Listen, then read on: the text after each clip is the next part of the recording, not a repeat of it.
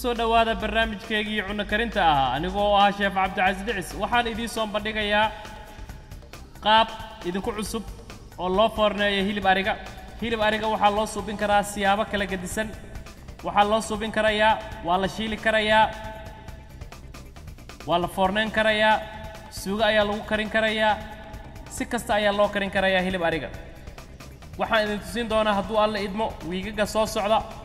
6 nooc oo loo suubiyo hilib ariga wiigan waxaan suubinaynaa hilib ari wax kala suubinayna Bandar Qasim ayaan suubinaynaa Bandar Qasim style waxa uu ka kooban yahay Bandar Qasim ma aragtay paste carfiyaal aan isku soo shiido Bandar Qasim la yiraahdo iyo carfiyaasha aad ka daawanaysaan shaashada aad ka daawanaysaan waxa aan soo qaatay hilib ari biyo qabow ayaan ku shubtay dabka ayaan saaray waa karkarinayaa ilaa oo ka jilco dhinaca kale waxa aan soo qaatay coriander ama xawaajka uru waaweyn dabka ayaan ku salayaa waxa aan ku shubay mooye ayaan ku shubay waxaan kaloo aan ku darayaa toon ayaan ku darayaa waxaan kaloo aan ku darayaa kabsar caleen si fiican ayaan maaragtay mooyaha kula garaacaya waa ilaa oo maaragtay oo ka shiidmo waxaan soo qaatay digsi biyo ayaan ku shubtay qabow waxa aan ku daray bataatigi ayaan karkariyay kadibna waa qaboojiyay waxa aan suubinayaa bataatiga aan ku suubinayaa cagaarka nooca loo yaqaan keel waa sida spinach oo kale weeye uu ka yara adag yahay inta hoose uu ka yara adag yahay laakiin waxaad u karinaysaa sida qaabka maaragtay spinach oo kale wuxuu leeyahay minerals iyo waxa uu leeyahay vitamins lama raba hilib ariga inaad markaad karinaysid inaad geysid maaragtay boil hadaa boil geysid hilibka wuxuu ka noqonayaa sidii rubberkii oo kale uu ka adkaanaya marka dabka waxa loo geeyaa medium heat oo loo gaabiyaa simir caadi ayaad geenaysaa then ha iskariyo hilib arigii woo karay waa ka qaadayaa waxaan kale aan idin tusinayaa maaragtay kabsashiyan soo garaacday iyo carfiyihii Bandar Qasimka aan soo shiitay laba nooc oo basal gaduud iyo basal cad xawaajkii iyo maaragtay maraq digaagii iyo liimadii hilib arigii waa ka qaaday waxaan ku shubtay baastamiirka waxa aan soo qaatay saliid ayaan soo qaatay waa kuleenayaa kadibna waxa aan ku darayaa kabsashi iyo waxa aan ku darayaa carfiyaashii waa isla shiilayaa 2 daqiiqo kadibna waxa aan ku darayaa maaragtay basal gaduud waa isla karinayaa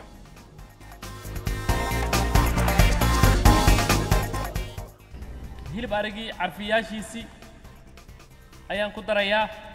basashii iyo alaabadii kale iyo carfiyaashii aan isku soo shiishay iyo xawaajyadii iyo kabsashii iyo toontii ayaan isku soo shiishay ayaan dusha kaga darayaa hilib arigii ayaan soo qaatay waxa aan ku shubtay weel aluminium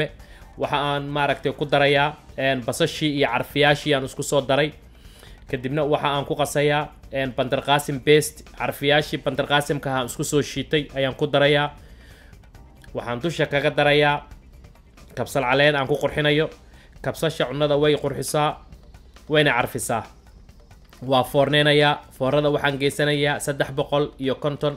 waxa aan maaragtay foorneenayaa 30 daqiiqo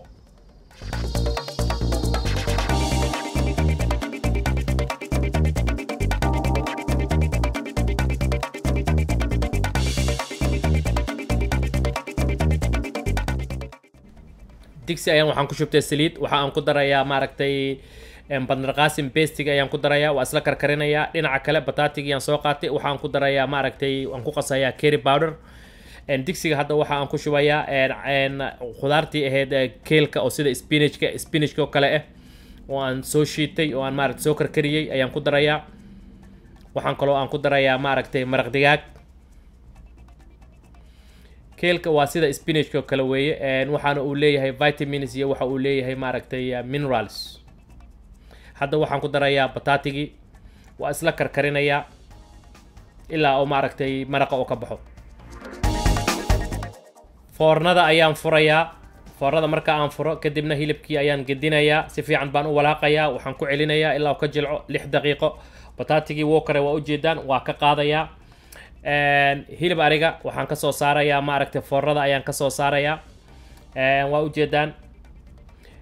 waa walaaqayaa aad buu u qurxoon yahay sida uu ku soo baxay maasha Allah diishkan waxa iska leh inta aan chef noqon 10 sano ka hor igu dhaliyay chefka weyn oo la yiraahdo magaciisa Sheekh Aadan Macalin oo ahaa chefafka ugu waaweyn Soomaaliya kana shaqeyn jiray taraasada maaragtay Shabeelle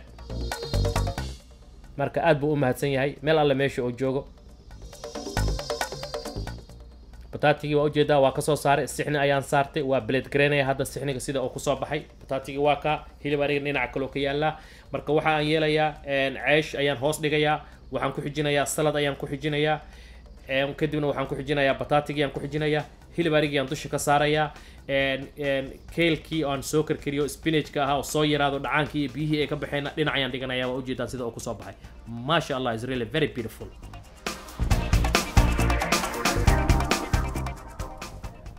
waxa aan filayaa inaad ka bogateen habkaan u soo bandhigay hilib ariga iyo bataatiga inta aan ku kulmi doono barnaamijkani barnaamij la mid ah anigoo ah sheekh cabdicasiis waxaan idin leeyahay amaana allah amaana rasuul wassalaamu calaykum waraxmatullahi wabarakaatu